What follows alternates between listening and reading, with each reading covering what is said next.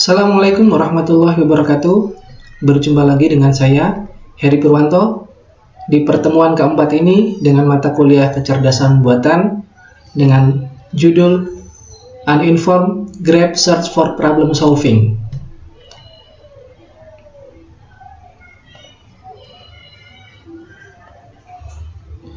Untuk pertama adalah pendahuluan. Uninformed blind search adalah strategi pencarian yang tidak menggunakan informasi tambahan atau heuristik tentang seberapa dekat suatu state dengan goal, hanya bergantung pada initial state, operator, goal test, dan operational path cost. Dalam AI, setiap langkah atau kemungkinan disebut sebagai state. Pencarian ini adalah proses menelusuri ruang keadaan tersebut hingga menemukan tujuan atau goal. Karakteristik utama: pertama, tidak punya estimasi jarak ke tujuan. Kedua, hanya mengandalkan definisi masalah, awal, aturan, gerak, dan tes tujuan. Disebut juga blind search.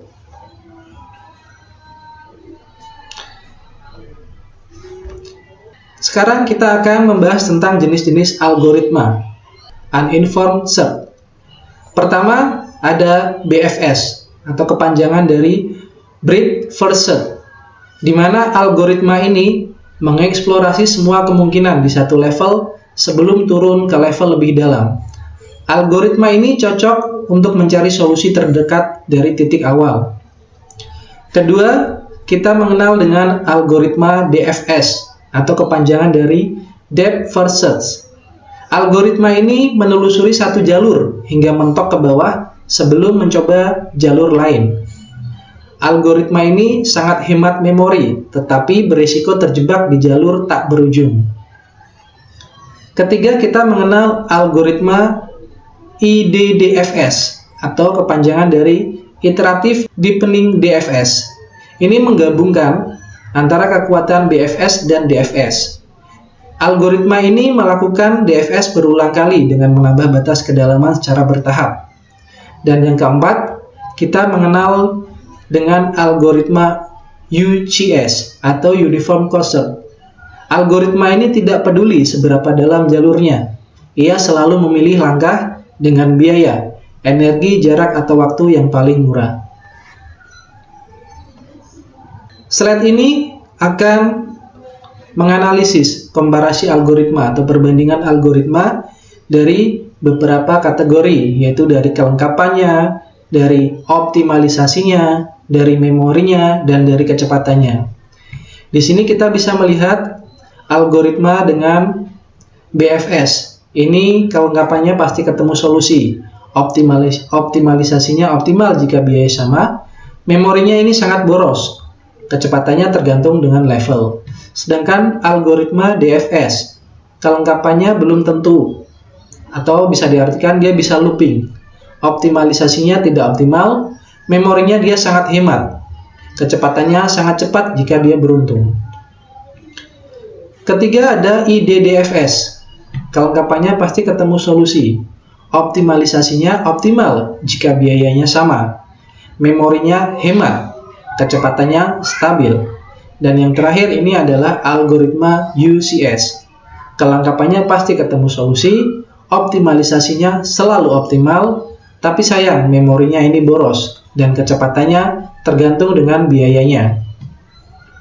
Dari tabel komparasi algoritma ini, kita bisa menyimpulkan bahwasanya pilihlah BFS atau algoritma BFS untuk solusi terpendek, dan pilih DFS untuk keterbatasan memori, serta pilihlah UCF jika setiap langkah memiliki biaya berbeda yang harus diminimalkan.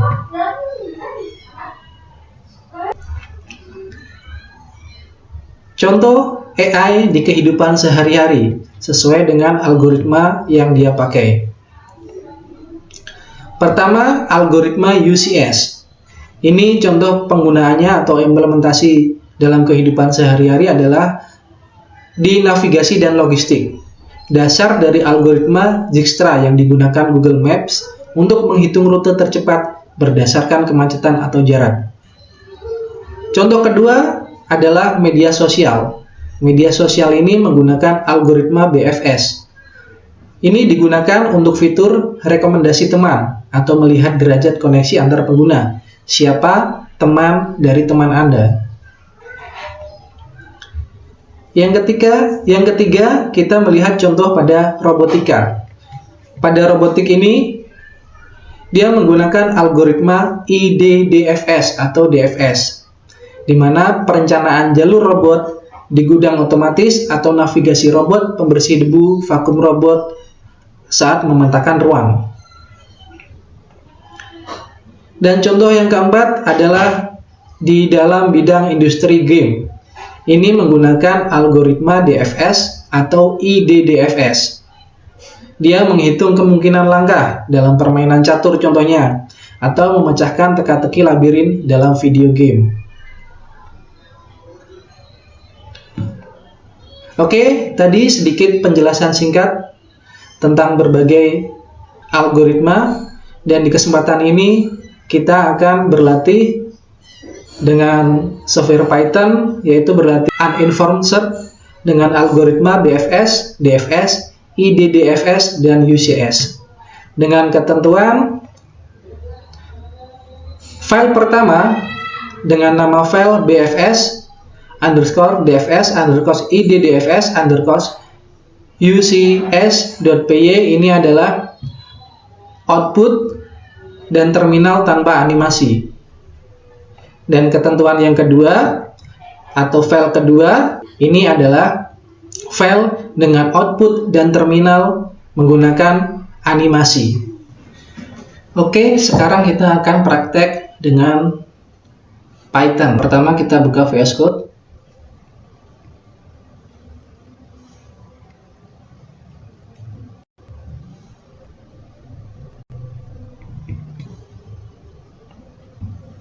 Kita klik file, kita open folder. Karena ini pertemuan keempat mata kuliah kecerdasan buatan, kita pilih foldernya dahulu atau lokasi di mana nanti file kita simpan.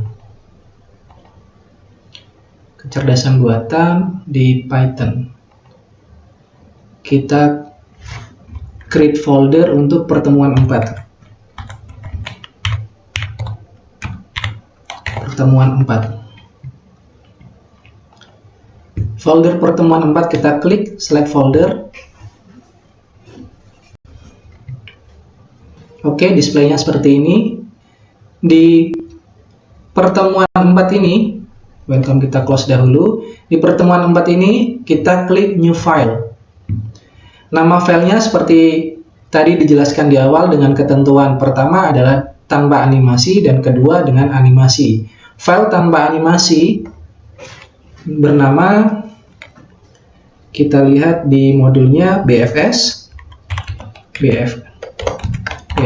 underscore DFS underscore IDDFS underscore UCS underscore .py. Jadi nama untuk file pertama yang tanpa animasi adalah BFS underscore DFS underscore IDDFS underscore UCS.py. Enter.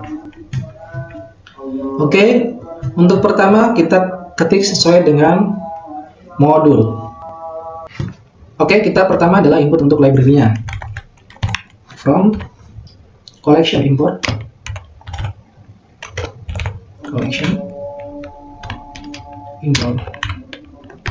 DQI.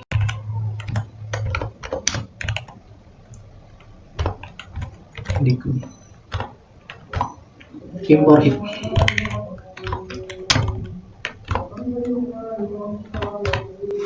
Kita kasih komen pertama adalah grep tanpa bobot untuk BFS, untuk DFS, dan untuk IDDFS. Grep tanpa bobot untuk BFS, DFS, IDDFS.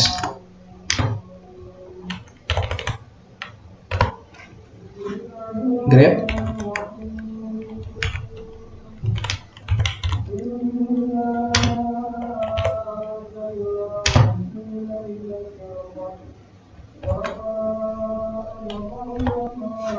Oke, kita ketik node-nya untuk S.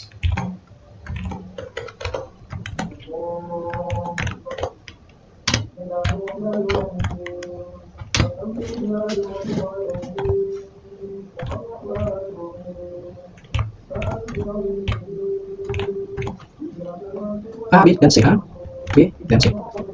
Untuk A, untuk makanya D, kita copy-nya. Node V, D, D, E. Oke, berikutnya ada node B. Kita copy saja. Kita copy saja. Kita copy saja. Copy saja. Kita butuh S, A, B, C, D, E, F. A, kita ganti. B, C, kita ganti. D, E, F. B-nya B, F.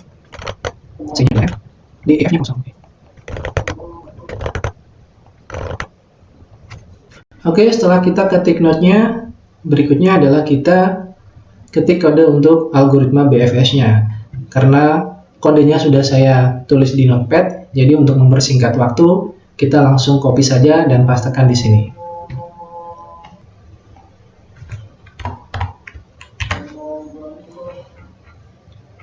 Oke, sudah kita copy paste. Berikutnya kita cek dahulu. Oke, sekarang kita coba untuk run code. Oke, outputnya tidak ada problem. No problem have been detected in the workshop. Output oke. Kita cek untuk terminalnya. Kita ketik untuk Python. Spasi, nama filenya adalah dfs underscore dfs underscore iddfs underscore ucs.py. Kita cek untuk penulisannya apakah formatnya ada yang salah. Oke, kita enter. Oke, untuk BFS visit order SABCDE. BFS path-nya adalah SAE. DFS visit order SADE. DFS path-nya adalah SAE. ID DFS visit ordernya SADE. Untuk UCS path-nya ada SAE. Cost-nya ada 4. Oke, untuk praktek pertama atau tutorial pertama tanpa animasi sudah selesai dan lancar tanpa masalah. Berikutnya kita akan mempraktekkan untuk file dengan output dan terminal dengan animasi. Oke, untuk kedua kita bikin file adalah klik new file. Kita kasih nama, karena ini file dengan animasi sesuai dengan ketentuan di modul, namanya adalah bfs underscore dfs underscore id dfs underscore ucs underscore anime.py. Oke, kita enter. Karena programnya adalah sama dengan program sebelumnya, cuma nanti kita akan menambahkan beberapa kode program sehingga animasi itu bisa muncul. Jadi kita buka untuk program sebelumnya atau file sebelumnya, kita copy. Di sini kita pastekan. Kita tambahkan kode program untuk network dan matplotlib-nya. Print.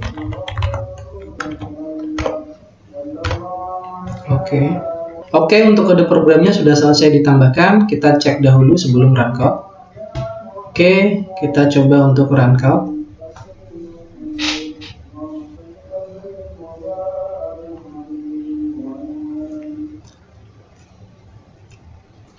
Oke, ini untuk BFS.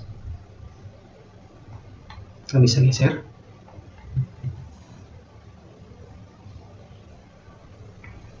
Ini untuk DFS. Geser ke sini biar view-nya kelihatan. DFS path-nya. Ini untuk ID DFS-nya.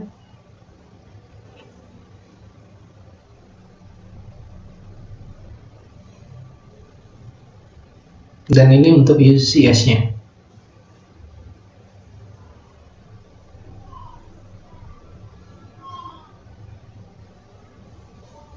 Oke, close ada 4, kita close. Sekarang terminal. terminal kita ketik untuk Python, nama filenya adalah dfs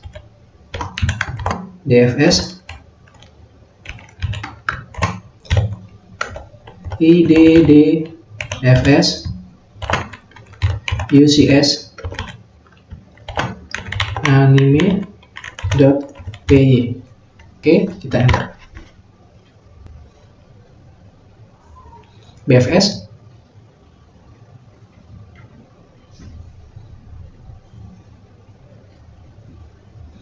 DFS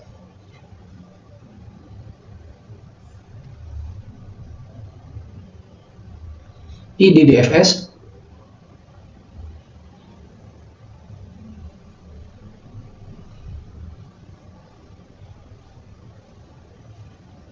dan yang terakhir ini adalah UCS. Oke, UCS path-nya SCF, close-nya 4. Oke, sudah selesai. Kita close terminal, kita end terminal, kita save. Oke, untuk ketentuan pertama dan kedua, pertama adalah tanpa animasi dan kedua dengan animasi sudah selesai kita praktekkan, bermanfaat, dan kita close untuk filenya karena sudah kita save. Oke, kita close untuk VS Code-nya juga. Sekian penjelasan singkat dari saya untuk mata kuliah kecerdasan buatan di pertemuan keempat ini. Semoga bermanfaat dan sampai jumpa di video berikutnya. Terima kasih. Wassalamualaikum warahmatullahi wabarakatuh. Take me back.